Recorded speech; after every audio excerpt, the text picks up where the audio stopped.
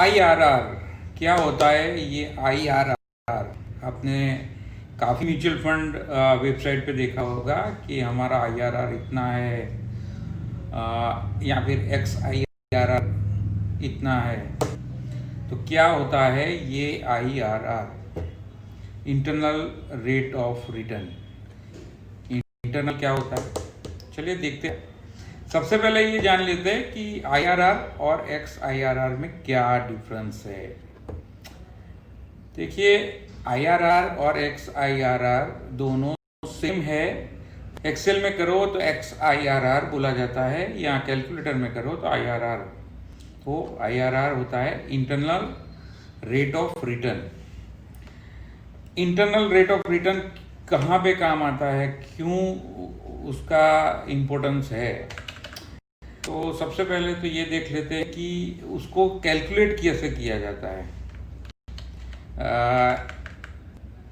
देखिए, SIP मतलब हर month systematic investment plan जो आपका होता है, उसके लिए हम जान लेते हैं कि IRR कैसे कैलकुलेट किया जाता है।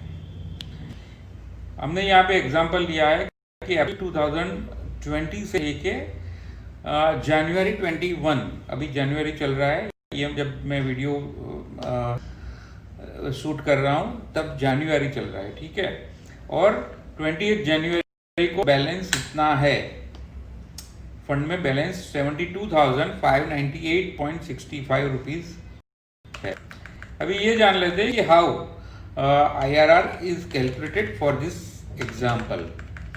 हर महीने की 15 तारीख को हमने 5,000 रुपया डिपॉजिट किया है कोई एक म्यूचुअल फंड में, जो हमें अच्छा खासा रिटर्न है। और अभी जो टोटल हमने डिपॉजिट किया है वो है 50,000। और सब जानते हैं कि आफ्टर मार्च बहुत अच्छा इक्विटी में रिटर्न आया है। तो यहाँ पे हमारा जो पैसा हो गया है वो 72,000। तो हमने कितना इन्वेस्ट किया? 50,000, ठीक है। और हमारा पैसा कितना हुआ? 72,000। चलिए इसको हम बोल्ड कर देते हैं। अभी कैलकुलेट करना है, चलो पहले ये कैलकुलेट करते हैं। जनरली जो लेमैन कैसे कैलकुलेट करता है कि भाई मैंने 50,000 इन्वेस्ट किया, तो यहाँ पे हम लिख देते हैं कि 50,000 इन्वेस्ट किया और 72,000 मुझे मिला। तो मेरे को परसेंटेज वाइज कितना मिला? ये मिला हमें 145, मतलब हमें 45% का ग्रोथ हमारा हुआ है ना। 50,000 का 72,000 हुआ, तो 100 का कितना हुआ? 145 हुआ। तो ये हुआ हमारा 45% का ग्रोथ। अभी XIRR कैसे गिना जाता है वो हम देख लेते हैं। XIRR एक्सेल में हम कर रहे हैं तो वो बोला जाएगा XIRR। तो XIRR का फॉर्मूला है कि सबसे पहले सिंपल है XIRR, ठीक है, इनटू ब्रैकेट कर दीजिए। तो तुरंत ही आपको एक्सेल ही बोल देगा कि आपको क्या लेना है, वैल्यू लेना है, ठीक है। वैल्यू कहाँ पर है? ये है वैल्यू। जो हमने पैसा इन्वेस्ट किया वो होता है वैल्यू। तो वैल्यू पूरा लास्ट में कितना पैसा है जो हम विड्रॉ कर सकते हैं, वो है 72,000। वो पूरा का पूरा ले लेना है, मतलब जो हमने डिपॉजिट किया वो माइनस है, क्योंकि हमने हमारे पास से गया। हमारे पास कितना आया? 72,000।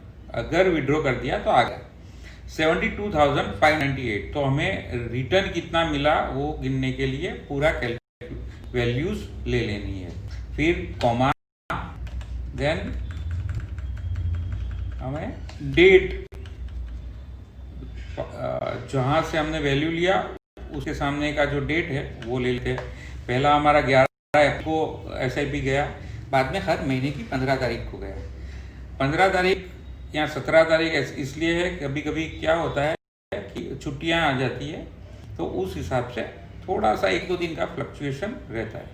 तो जिस दिन गया हो, जिस दिन आपका बैंक अकाउंट डेबिट हुआ हो, वो हम गिन लेते हैं। चलिए, फिर ब्रैकेट ओवर। गेस कुछ लिखने की जरूरत नहीं है, हाँ, लेकिन अगर ऐसा करते हैं तो क्या वैल्यू क्या आती है? 1.445408, ठीक है। ये परसेंटेज ये आ गया हमारा, ये पर्टिकुलर हमारा रिटर्न आ चुका है। लेकिन इसको परसेंटेज में कन्वर्ट करने के लिए हमें क्या करना पड़ेगा? इंटू 100, ठीक है, इंटू 100। तो हमें कितना रिटर्न मिला? एक्चुअल हमें रिटर्न मिला 144.54%। और यही सच्चा रिटर्न है। क्यों यही सच्चा रिटर्न है? क्योंकि हमने जो भी पैसा इन्वेस्ट किया वो कोई पर्टिकुलर ईयर के लिए नहीं किया है। देखिए, जो लास्ट 15 तारीख को हमारा जो पैसा इन्वेस्ट हुआ वो भी ये 72,000 में इंक्लूड है। वो तो सिर्फ और सिर्फ 5 दिन के लिए इन्वेस्ट किया गया। जो 14 दिसंबर को इन्वेस्ट किया गया है वो 1 महीना और 5 दिन के लिए या 6 दिन के लिए इन्वेस्ट किया गया है। तो उस हिसाब से ये जो अप्रैल वाला है वो करीबन 10 महीने के लिए हमने इन्वेस्ट किया, और हमेशा रिटर्न एनुअलाइज होता है। तो XIRR वो एनुअलाइज रेट ऑफ रिटर्न आपको दिखाता है जो आपने इन्वेस्ट किया उसका, ठीक है। तो यहाँ पे इंटू 100 करो, या फिर आप एक दूसरा भी ये जो पर्टिकुलर सेल है उसको फॉर्मेट कर दीजिए। कैसे, क्या फॉर्मेट करना है?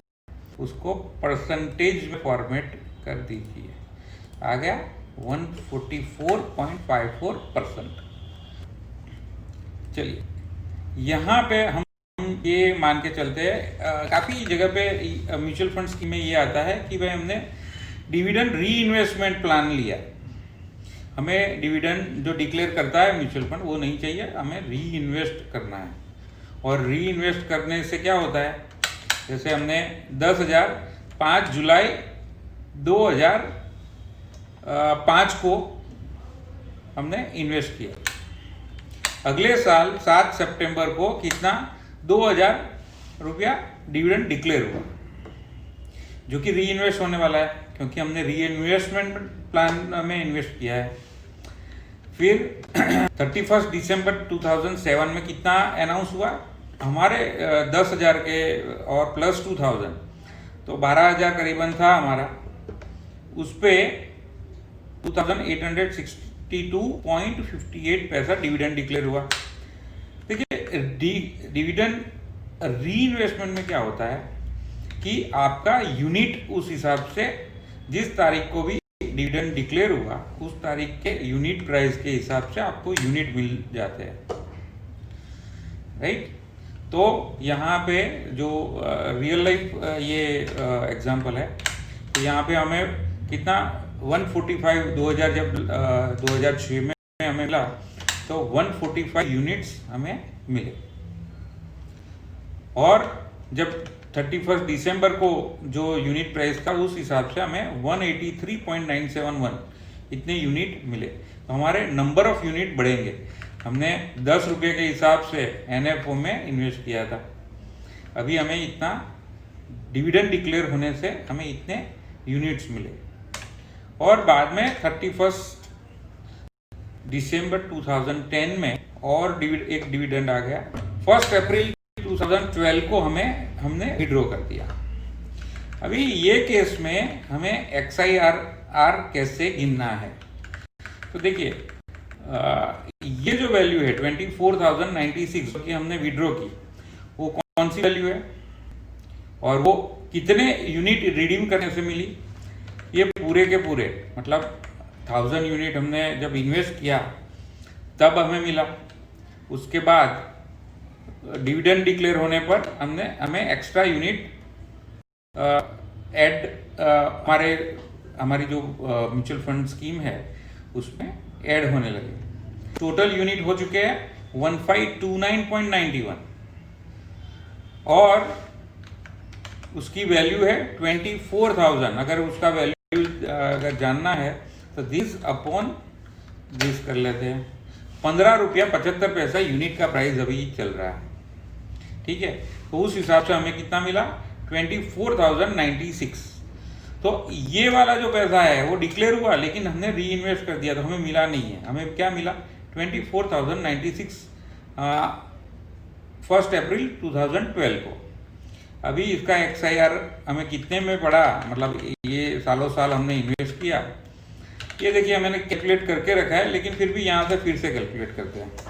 देखिए हमें 10,000 हमने इन्वेस्ट किया था 5 जुलाई 2005 को, और 1 अप्रैल 2012 को हमें 24,096 मिला। XIRR इंटू ब्रैकेट हमें क्या लेना है, वैल्यू माइनस प्लस दोनों वैल्यू, क्योंकि हमें जो इन्वेस्ट किया और हमें जो मिला वो दोनों वैल्यू ले लेते हैं और उसकी डेट ले लेते हैं, ठीक है।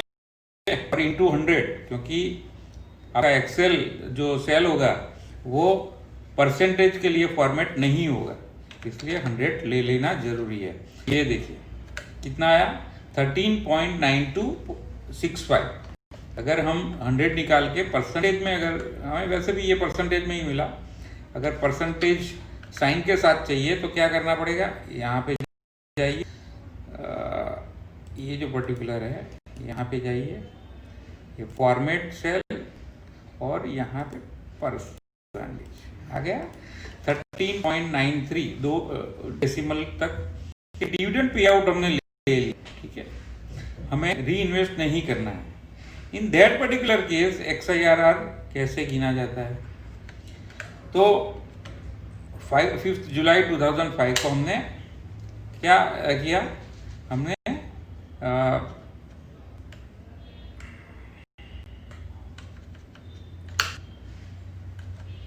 इन्वेस्ट किया। 7 सितंबर 2006 को 2,000 मिला, हमने ले लिया, मतलब हमारे अकाउंट में आ गया। 31 दिसंबर 2007 को ये हमने राउंड फिगर लिया है, 2,500 मिला, ठीक है। चलिए वही फिगर ले लेते हैं तो हमें डिफरेंस पता चलेगा कि री इन्वेस्ट करने से क्या होता है। और 2862.58 डिविडेंड पे आउट में क्या होता है, 10,000 हमने इन्वेस्ट कर दिया, फिर क्या हुआ, 2,000 रुपया मिला, हमें अकाउंट में मिल गया। फिर 31 2007 को 2,862 हमें मिला, अकाउंट में मिल गया, तो पे आउट हो चुका है, इसका कैश फ्लो जनरेट हो चुका है। और 31 दिसंबर 2010 को कितना मिला, 2658, वही पहले वाला ही एग्जाम्पल है, और वो भी हमें अकाउंट में मिल चुका है। यहाँ पे XIR कैसे गिना जाता है, क्योंकि हमें ये पे आउट मिल चुका है, राइट, तो ये डेट को मिला है, तो उसका कैलकुलेशन भी उसी डेट के हिसाब से होगा। XIRR करना हमेशा भूल जाता हूँ, आप मत भूलिएगा। तो वैल्यू ले लेते हैं, यहाँ पे सभी वैल्यू लेनी पड़ेगी क्योंकि हमें पे आउट मिल चुका है। फिर कॉमा, डेट ले लेते हैं, ठीक है। और क्या हुआ, 17.43, उसको उस सेल को हम फॉर्मेट कर लेते हैं, format in a percentage terms, ठीक है। तो ये आ गया 17.44% हमें रिटर्न मिला है।